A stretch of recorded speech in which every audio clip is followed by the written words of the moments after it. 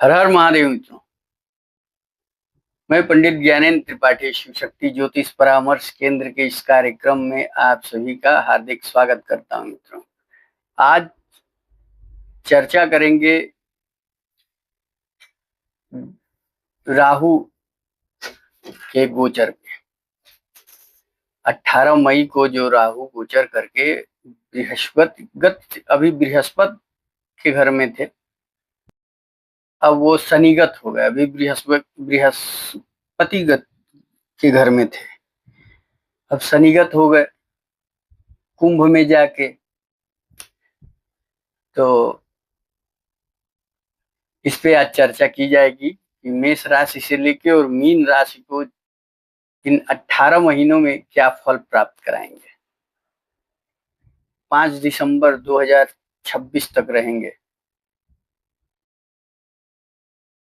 तो आइए प्रारंभ करते हैं। पहले राहु के बारे में जानते हैं। राहु किन राशियों के लिए बहुत अच्छा परिणाम लेके आए हैं और किन के लिए सामान्य है और किन के लिए कष्टकारी है, और उसका बेहतरीन उपाय देंगे हम आपको। एकदम 100%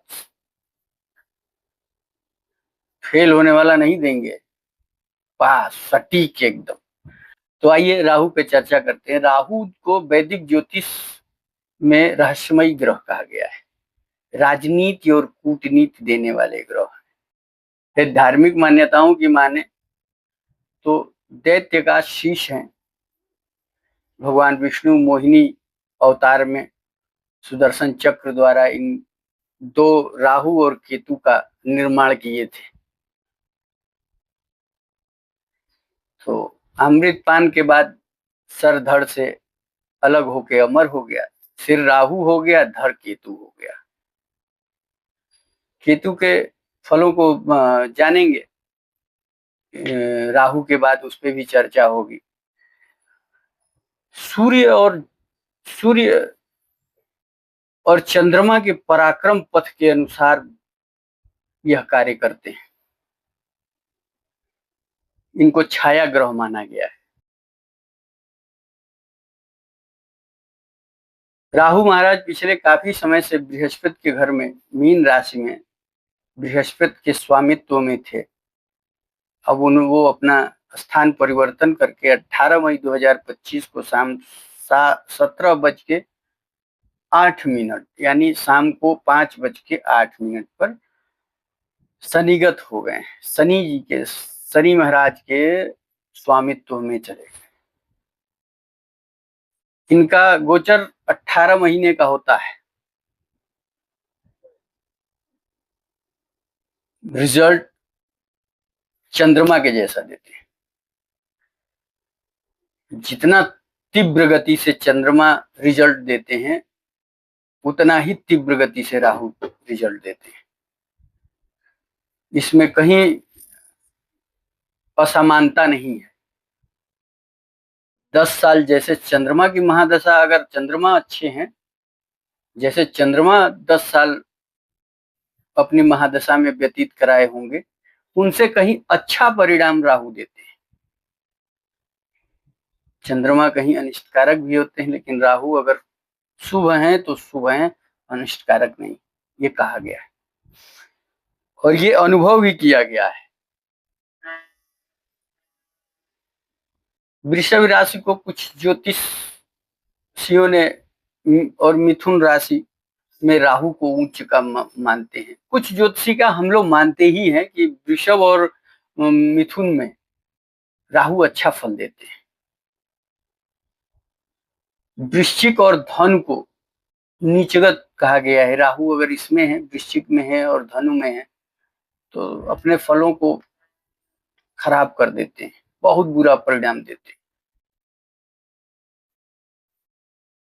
राहु केतु अगर केंद्र में हो, त्रिकोण के स्वामी के साथ बैठे हो केंद्र में, शुभाशुभ परिणाम देंगे, राजयोग का निर्माण करते हैं। अपनी महादशा और दशा में, अंतरदशा प्रत्यंतर दशा में रंग से राजा बनाने की क्षमता रखते हैं राहु।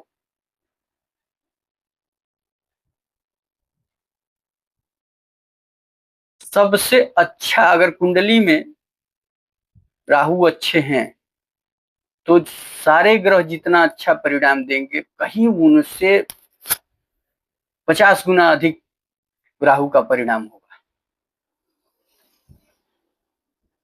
बुरे हैं तो बहुत बुरा, अच्छे हैं तो बहुत अच्छा। हाँ, एक राहु का और स्वभाव है मित्रों, 18 साल इनकी महादशा होती है और गोचरी अवस्था 18 महीने की होती है। तो अगर महादशा चल रही है, अच्छी जगह बैठे हैं, तो अच्छा फल प्राप्त कराएंगे। और महादशा चल रही है, अगर अच्छी जगह नहीं बैठे हैं और अगर गोचर में अच्छी जगह बैठ गए हैं तो अच्छा परिणाम देंगे 18 महीने तक।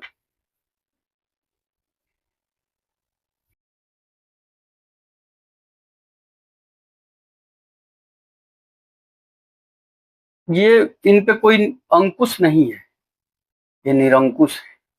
बुद्धि तीव्र कर देते हैं, रहस्यमयी बना देते हैं, नए नए आइडियाज आएंगे दिमाग में।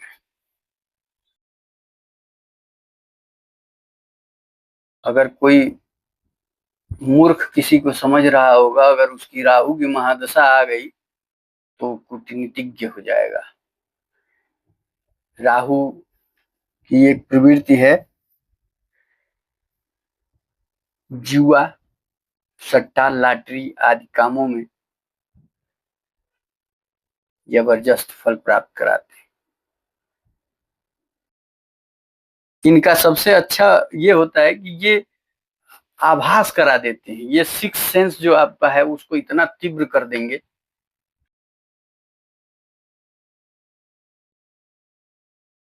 आईटी सेक्टर में, खुफिया विभाग में, इंटेलिजेंस वगैरह है,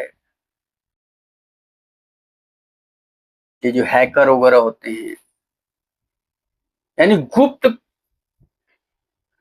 कार्यों के अधिष्ठाता हैं। इनकी महादशा में जितनी अपनी बातें गुप्त रखेंगे उतना ही आपका कार्य सफल हुआ। और जैसे ही आपने किसी के सामने इनकी बातें कही, ये तत्काल उसका विपरीत परिणाम देंगे।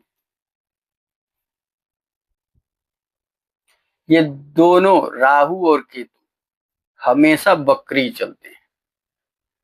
सब लोग ऐसे सीधा चलेंगे, ऐसे सीधा चलेंगे तो ये ठीक उल्टा चलते हैं। सभी लोग ऐसे चल रहे होंगे तो ये ऐसे आने शुरू हो जाएंगे। एंटी क्लॉकवाइज चलते हैं राहु और केतु। बृहस्पति, मंगल, शनि भी कभी कभी एंटी क्लॉकवाइज चलते हैं, बकरी होते हैं। तो ये अवस्था उनकी भी होती है, कभी कभी ये भी उल्टी चाल चलते हैं लोग। तो मीन राशि से राहु गोचर करके और कुंभ राशि में प्रवेश कर गए।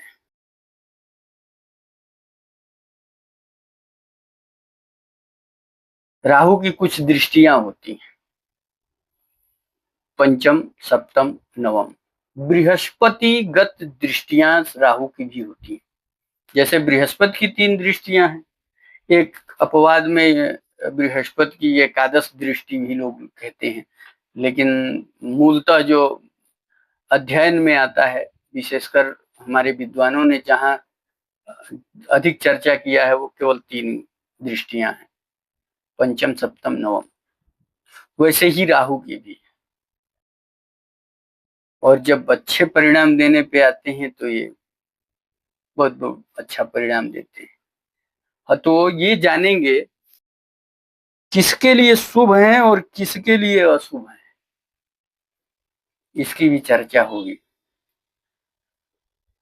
तो मित्र, हमारे साथ बने रहिए, पूरा कार्यक्रम देखिए, आपको विशेष जानकारी और जितना बताऊंगा सटीक 100% आपके साथ होगा। ये अपने अंदर इतना विश्वास है कि जो हमारा अध्ययन है और जो हमने अनुभव किया है उसके आधार पे मैं बता रहा हूं। तो आइए प्रारंभ करते हैं मेष राशि। पहले बात करते हैं मेष राशि से। सिंह पे चर्चा कर लें। तो आपके मित्र सप्तम भाव में रहेंगे, मिश्रित परिणाम देने वाला है।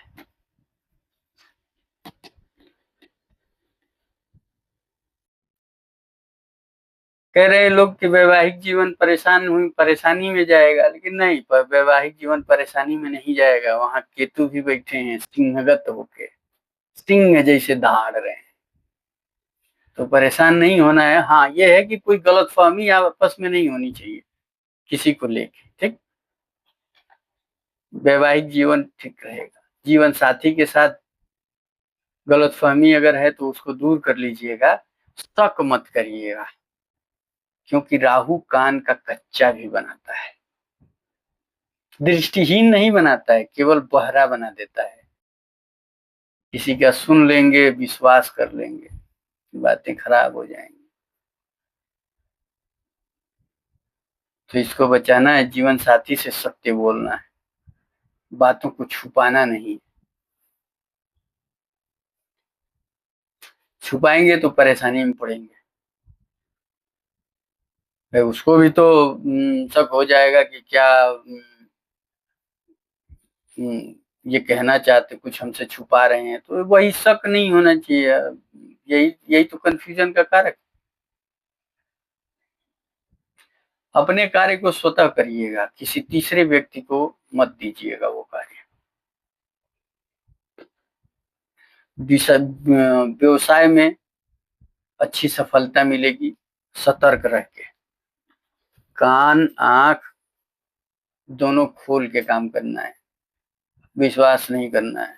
18 महीना विश्वास तो करिएगा मत, स्वतः विश्वास करिएगा। जो मैं देखूंगा वही सत्य है, जो नहीं देखा हूं वो सत्य नहीं। चाहे वो अपना पिता ही क्यों नहीं आके कह रहे हो कि ऐसा है ना, नहीं विश्वास करना है। अपनी आंखों से देखिएगा तो मान लीजिएगा।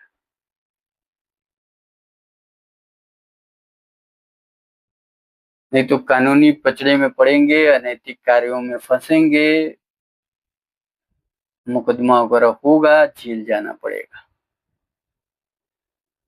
व्यापार को लेके कोई नई योजना बना रहे हैं तो वो फलीभूत होगी। व्यापार आपका ठीक है, समस्याएं नहीं आएंगी। कोई कह रहा होगा समस्या आएंगी तो इससे दूर रहिएगा, मत घबराइएगा, व्यापार आप करिए, अच्छा चलेगा।